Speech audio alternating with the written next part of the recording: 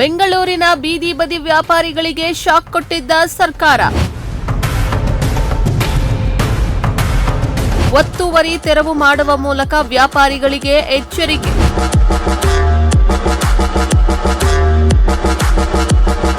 ಬೀದಿ ಬದಿ ವ್ಯಾಪಾರಿಗಳ ಸಭೆ ನಡೆಸುವ ಮೂಲಕ ಪರ ನಿಂತ ಕೃಷ್ಣ ಬೈರೇಗೌಡ.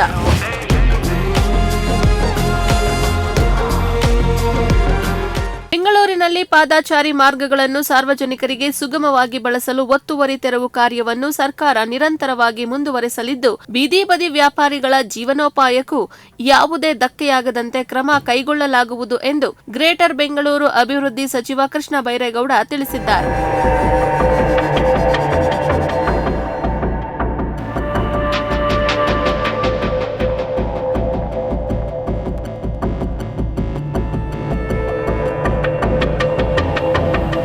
ಬೀದಿ ವ್ಯಾಪಾರಿಗಳ ಜಂಟಿ ಹೋರಾಟ ಸಮಿತಿ ಪದಾಧಿಕಾರಿಗಳೊಂದಿಗೆ ನಡೆದ ಸಭೆಯಲ್ಲಿ ಮಾತನಾಡಿದ ಅವರು, ಸರ್ಕಾರ ಬಡವರ ಪರವಾಗಿದ್ದು ನಾಗರಿಕರಿಗೆ ಸುರಕ್ಷಿತ ಹಾಗೂ ಸುಗಮ ಪಾದಾಚಾರಿ ಮಾರ್ಗ ಕಲ್ಪಿಸುವುದು ತನ್ನ ಆದ್ಯತೆಯಾಗಿದೆ ಎಂದರು.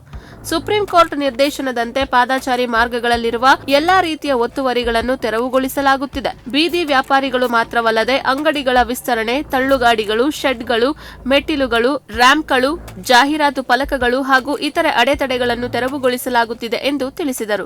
ನಮ್ಮ ಕಾರ್ಯಾಚರಣೆ ಬೀದಿ ಬದಿ ವ್ಯಾಪಾರಿಗಳ ವಿರುದ್ಧ ಅಲ್ಲ. ನಾವು ಮಾಡ್ತಾ ಇರೋದು ಸುಪ್ರೀಂ ಕೋರ್ಟ್ ನಿರ್ದೇಶನದ ಹಿನ್ನೆಲೆಯಲ್ಲಿ ಫುಟ್ಪಾತ್ನಲ್ಲಿ ಇರುವಂತಹ ಒತ್ತುವರಿಗಳನ್ನು ತೆರವು ಮಾಡುವಂಥ ಕೆಲಸ ನಾವು ಮಾಡ್ತಾ ಇದ್ದೇವೆ. ಇದರಲ್ಲಿ ಬೆಂಗಳೂರಲ್ಲಿ ಒಂದು 3 ವರ್ಷದಿಂದ 931 ಜನ ಪಾದಾಚಾರಿಗಳು ಆಕ್ಸಿಡೆಂಟಲ್ಲಿ ಸಾವನ್ನಪ್ಪಿದ್ದಾರೆ. ಅದನ್ನು ಹೊರತುಪಡಿಸಿ ಸುಮಾರು 3800 ಜನ ಸಿವಿಯರ್ ಇಂಜುರಿಗಳನ್ನು ಅನುಭವಿಸಿದ್ದಾರೆ. ಅದಲ್ಲದೆ ಒಂದು 3500 ಜನ ಮೈನರ್ ಇಂಜುರೀಸು. ಸೊ ಎಲ್ಲ ಸೇರಿಸಿದ್ರೆ ಸಾವಿರಾರು ಜನ ಇವತ್ತು ಪಾದಾಚಾರಿಗಳು ದುರ್ಘಟನೆ, ರೋಡ್ ಆಕ್ಸಿಡೆಂಟ್ಗಳಿಗೆ ತುತ್ತಾಗ್ತಾ ಇದ್ದಾರೆ. ಸುಪ್ರೀಂ ಕೋರ್ಟ್ ಇದನ್ನು ಗಮನಕ್ಕೆ ತಗೊಂಡು ಪಾದಾಚಾರಿಗಳಿಗೆ ಓಡಾಡುವಂಥದ್ದು ಮೂಲಭೂತ ಹಕ್ಕು. ಅದನ್ನು ಸರ್ಕಾರ ಅವರಿಗೆ ಆ ಹಕ್ಕನ್ನು ಸಿಗುವ ಹಾಗೆ ಮಾಡಬೇಕಾದ್ರೆ ಪಾದಾಚಾರಿ ಮಾರ್ಗಗಳಲ್ಲಿರುವ ಎಲ್ಲ ಒತ್ತುವರಿಗಳನ್ನು ತೆರವು ಮಾಡಬೇಕು ಅಂತ ಹೇಳಿದ್ದಾರೆ. ಈ ನೆಲೆಯಲ್ಲಿ ನಾವು ಇಲ್ಲಿವರೆಗೂ ಮಾಡಿರೋ ಕಾರ್ಯಾಚರಣೆಯಲ್ಲಿ ಸುಮಾರು 1581 ಕಡೆ ಅವರು ಮೆಟ್ಲುಗಳು ಮಾಡ್ಕೊಂಡು ಬಂದಿದ್ದನ್ನ, ರ್ಯಾಂಪ್ ಮಾಡಿದ್ದನ್ನ ತೆರವು ಮಾಡಿದ್ದಾರೆ. ನಗರದಲ್ಲಿ ಇದುವರೆಗೆ ಸುಮಾರು 430 ಕಿಲೋಮೀಟರ್ ಪಾದಾಚಾರಿ ಮಾರ್ಗಗಳನ್ನು ಒತ್ತುವರಿಯಿಂದ ಮುಕ್ತಗೊಳಿಸಲಾಗಿದ್ದು, ಈ ಕಾರ್ಯ ಮುಂದುವರೆಯಲಿದೆ. ನಗರದ ಪ್ರಮುಖ 1500 ಕಿಲೋಮೀಟರ್ ರಸ್ತೆಗಳಲ್ಲಿ ವ್ಯಾಪಾರಕ್ಕೆ ಅವಕಾಶ ಇರುವುದಿಲ್ಲ. ಆದರೆ ಉಳಿದ ವಾರ್ಡ್ ರಸ್ತೆಗಳ ಬಹುಪಾಲು ಪ್ರದೇಶಗಳಲ್ಲಿ ನಿಯಮಾನುಸಾರ ಬೀದಿ ವ್ಯಾಪಾರ ನಡೆಸಲು ಅವಕಾಶ ನೀಡಲಾಗುವುದು ಎಂದು ಸಚಿವರು ತಿಳಿಸಿದರು. ಬೀದಿ ವ್ಯಾಪಾರಿಗಳ ಸಹಕಾರ ಅಗತ್ಯವಾಗಿದ್ದು, ಸುಪ್ರೀಂ ಕೋರ್ಟ್ ನಿರ್ದೇಶನದಂತೆ ಹೊಸ ಗುರುತಿನ ಚೀಟಿಗಳನ್ನು ಶೀಘ್ರದಲ್ಲೇ ವಿತರಿಸಲು ಅಧಿಕಾರಿಗಳಿಗೆ ಸೂಚನೆ ನೀಡುವುದಾಗಿ ತಿಳಿಸಿದರು.